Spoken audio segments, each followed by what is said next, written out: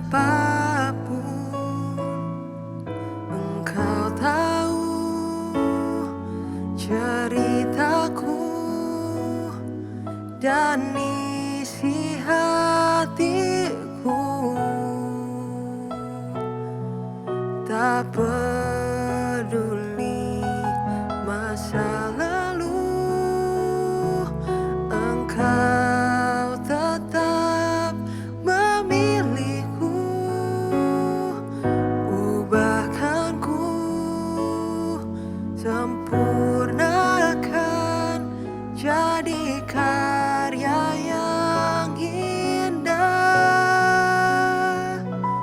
Kini aku percaya tiada yang mustahil bagimu. Kuasamu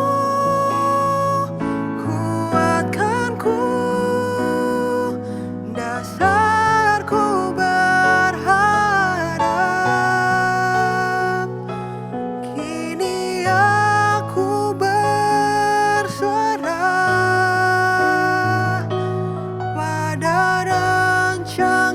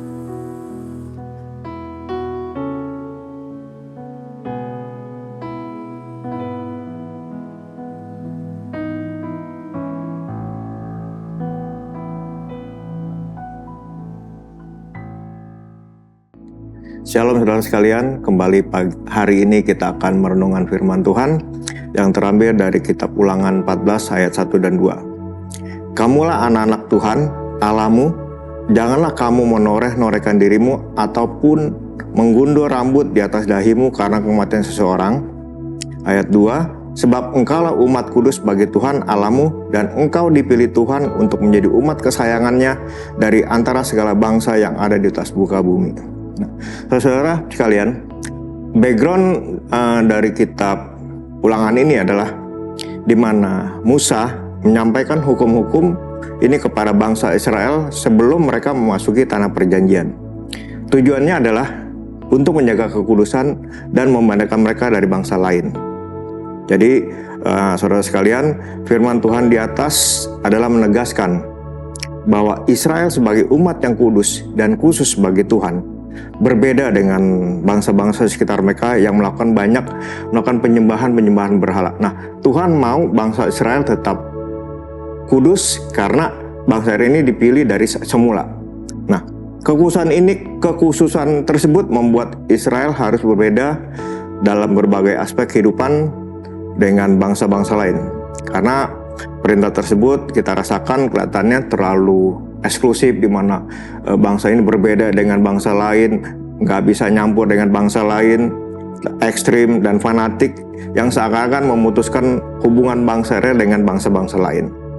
Jadi Tuhan berinisiatif untuk memilih dan membedakan orang yang beriman kepadanya, termasuk kita zaman sekarang ini.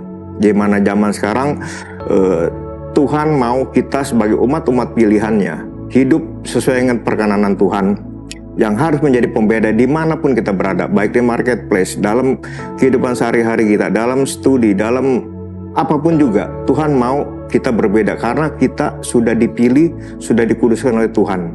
Jadi kita tidak bisa, saudara-saudara kalian, seakan-akan udahlah keselamatan kita udah dapat. Benar, keselamatan udah dapat Bapak Ibu, tapi keselamatan itu pun kita harus jaga. Kita harus melakukan apa yang Tuhan mau dalam kehidupan kita. Jadi kita harus terus merespon dengan baik karena kita sudah ditebus, adalah di mana kita menyerahkan diri dan tunduk kepada Tuhan dan kehendak-Nya, sebab kita dipilih dari semula. Nah, dalam ayat 1 tersebut ditegaskan kita adalah anak-anak Allah yang tidak menorehkan diri kita adalah hal yaitu merupakan kultus penduduk Kanaan pada waktu itu. Jadi waktu zaman dahulu di mana setiap penyembah-penyembah berhala bangsa Kanaan itu, mereka setiap ada apapun mereka langsung menorehkan dirinya, menggambar dalam tubuh mereka untuk menyembah kepada dewa. Nah, Tuhan tidak mau, saudara sekalian. Jadi kita tidak usah hal-hal kayak gitu, karena itu seakan-akan kita menyembah berhala. Jadi karena umat Israel adalah anak-anak Tuhan yang kudus dan dipilih sebagai umat kesayangannya, sehingga mereka dilarang untuk mengikuti hal tersebut. Karena praktik tersebut merupakan kebiasaan bangsa-bangsa kafir yang tidak sesuai dengan identitas mereka sebagai umat Allah. Nah, jadi teman-teman sekalian, ayat di atas menekankan pentingnya kekudusan dan pemisahan diri umat Allah dari praktik duniawi yang tidak sesuai dengan kehendaknya. Jadi kita di masa sekarang sebagai umat pilihan pun harus hidup berbeda dan mencerminkan karakter Kristus dalam kehidupan kita hari-hari. Amin. Kita satu dalam doa. Terima kasih Tuhan untuk firman-Mu yang mengingatkan kami bahwa kami adalah umat-umat pilihan-Mu Tuhan. Kami berbeda dari umat-umat lain Bapak. Biar terus kami menjadi terang-Mu, jadi garam-Mu dimanapun kami berada Bapak. Mampukan kami untuk bisa melalui hari ini karena Engkau menyertai kami. Segala puja, segala hormat, kemuliaan nama saja. Amin. Ulangan 14. Cara berkabung yang dilarang. Kamulah anak-anak Tuhan, Allahmu. Janganlah kamu menoreh-noreh dirimu ataupun menggundul rambut di atas dahimu karena kematian seseorang. Sebab engkaulah umat yang kudus bagi Tuhan, Allahmu, dan engkau dipilih Tuhan untuk menjadi umat kesayangannya dari antara segala bangsa yang di atas muka bumi. Binatang yang haram dan yang tidak haram. Janganlah engkau memakan sesuatu yang merupakan kekejian. Inilah binatang-binatang berkaki 4 yang boleh kamu makan. Lembu, domba dan kambing, rusa, kijang, rusa dandi, kambing hutan, kijang gunung, lembu hutan dan domba hutan. Setiap binatang berkaki 4 yang berkuku belah yaitu yang kukunya bersela panjang menjadi 2 dan yang memamah biak di antara binatang-binatang berkaki 4, itu boleh kamu makan. Tetapi inilah yang tidak boleh kamu makan dari antara yang memamah biak atau dari antara yang berbelah dan bersela kukunya. Unta, kelinci hutan dan marmot, karena semuanya itu memang memamah biak, tetapi tidak berkuku belah. Haram semuanya itu bagimu. Juga babi hutan, karena memang berkuku belah, tetapi tidak memamah biak. Haram itu bagimu. Daging binatang-binatang itu janganlah kamu makan dan janganlah kamu terkena bangkainya. Inilah yang boleh kamu makan dari segala yang hidup di dalam air. Segala yang bersirip dan bersisik boleh kamu makan, tetapi segala yang tidak bersirip atau bersisik janganlah kamu makan. Haram semuanya itu bagimu. Setiap burung yang tidak haram boleh kamu makan. Tetapi yang berikut janganlah kamu makan. Burung raja wali, ering janggut dan elang laut, elang merah, elang hitam dan burung dendang menurut jenisnya. Setiap burung gagak menurut jenisnya, burung unta, burung hantu. Camar dan elang sikap menurut jenisnya. Burung pungguk, burung hantu besar, burung hantu putih, burung undan, burung ering dan burung dendang air, burung ranggung, dan bangau menurut jenisnya, meragai dan kelelawar. Juga segala binatang mengeriap yang bersayap, itu pun haram bagimu, jangan dimakan. Segala burung yang tidak haram boleh kamu makan. Janganlah kamu memakan bangkai apapun, tetapi boleh kau berikan kepada pendatang yang di dalam tempatmu untuk dimakan, atau boleh kau jual kepada orang asing. Sebab engkaulah umat yang kudus bagi Tuhan, Allahmu. Janganlah kau masak anak kambing dalam air susu induknya. Persembahan persepuluhan. Haruslah engkau benar-benar mempersembahkan 1/10 dari seluruh hasil benih yang tumbuh di ladangmu, tahun demi tahun. Di hadapan Tuhan, Allahmu, di tempat yang akan dipilihnya untuk membuat namanya diam di sana, haruslah engkau memakan persembahan persepuluhan dari gandummu, dari anggurmu dan minyakmu, ataupun dari anak-anak sulung lembu sapimu dan kambing dombamu, supaya engkau belajar untuk selalu takut akan Tuhan, Allahmu. Apabila, dalam hal engkau diberkati Tuhan, Allahmu, jalan itu terlalu jauh bagimu, sehingga engkau tidak dapat mengangkutnya, karena tempat yang akan dipilih Tuhan untuk menegakkan namanya di sana terlalu jauh dari tempatmu, maka haruslah engkau menguangkannya dan membawa uang itu dalam bungkusan dan pergi ke tempat yang akan dipilih Tuhan, Allahmu, dan haruslah engkau membelanjakan uang itu untuk segala yang disukai hatimu, untuk lembu sapi atau kambing domba, untuk anggur atau minuman yang memabukkan, atau apapun yang diingini hatimu, dan haruslah engkau makan di sana di hadapan Tuhan, Allahmu dan bersukaria, engkau dan seisi rumahmu. Juga orang Lewi yang diam di dalam tempatmu janganlah kau abaikan, sebab ia tidak mendapat bagian milik pusaka bersama-sama engkau. Pada akhir 3 tahun engkau harus mengeluarkan segala persembahan persepuluhan dari hasil tanahmu dalam tahun itu dan menaruhnya di dalam kotamu. Maka orang Lewi, karena ia tidak mendapat bagian milik pusaka, bersama-sama engkau, dan orang asing, anak yatim dan janda yang di dalam tempatmu, akan datang makan dan menjadi kenyang, supaya Tuhan, Allahmu, memberkati engkau di dalam segala usaha yang dikerjakan tanganmu.